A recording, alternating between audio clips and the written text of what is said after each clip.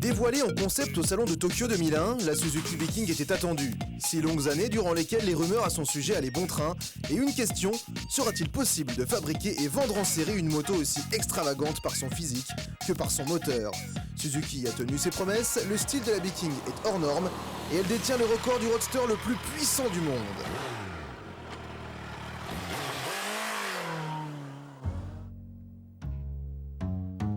Au premier abord, la Viking impressionne. Elle est énorme, large et paraît même disproportionnée. Avec sa gueule de Transformers, elle ne ressemble à aucune autre moto du marché, à part peut-être sa petite sœur GSR, mais dans une autre taille. On n'est finalement pas très loin du concept, avec son gros phare, son réservoir extra large et les deux pots triangulaires sous la selle, un peu trop gros à notre goût. Son lien de parenté avec la Hayabusa 2008, c'est son moteur. Pour le reste, elle est 100% originale, avec un cadre en alu moulé taillé sur mesure, tout comme le bras oscillant.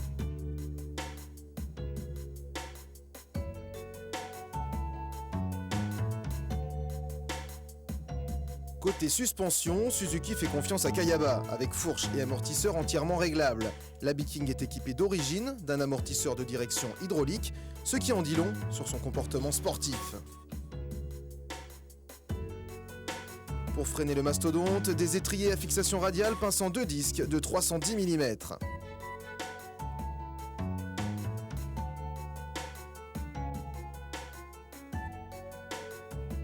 L'instrumentation est complète, on aime le témoin de rapport engagé et la jauge de carburant très lisible. Le défilement des infos se fait sur le réservoir, comme le choix du mode d'injection. A pour la courbe maximum et B pour une cartographie plus tranquille. Ce choix est plus utile en version full power car en 106 chevaux, le mode B lui ôte son gros couple.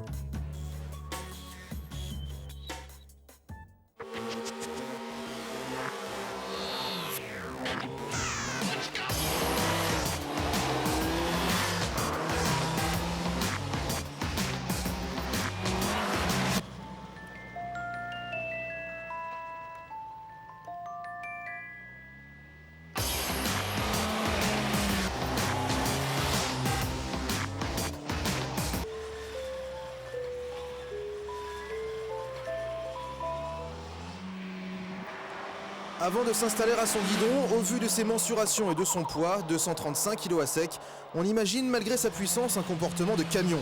On en est loin, une fois lancée, la moto de Dark Vador est agile et maniable. Elle se balance de virage en virage avec une aisance déconcertante.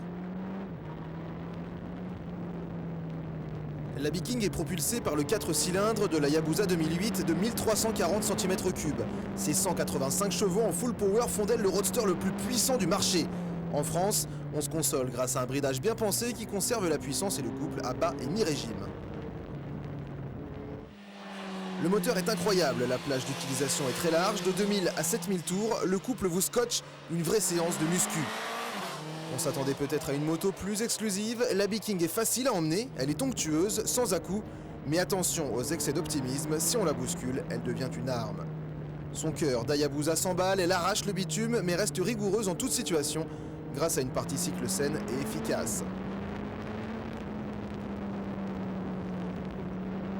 Finalement, la Viking a deux visages. D'un côté, look extravagant et moteur démentiel en font un véritable monstre, et de l'autre, douceur et plaisir de conduite la rendent accessible. On ajoute une position confortable et une sonorité magique, et on obtient une moto bien née qui a eu le temps de mûrir depuis sa première apparition.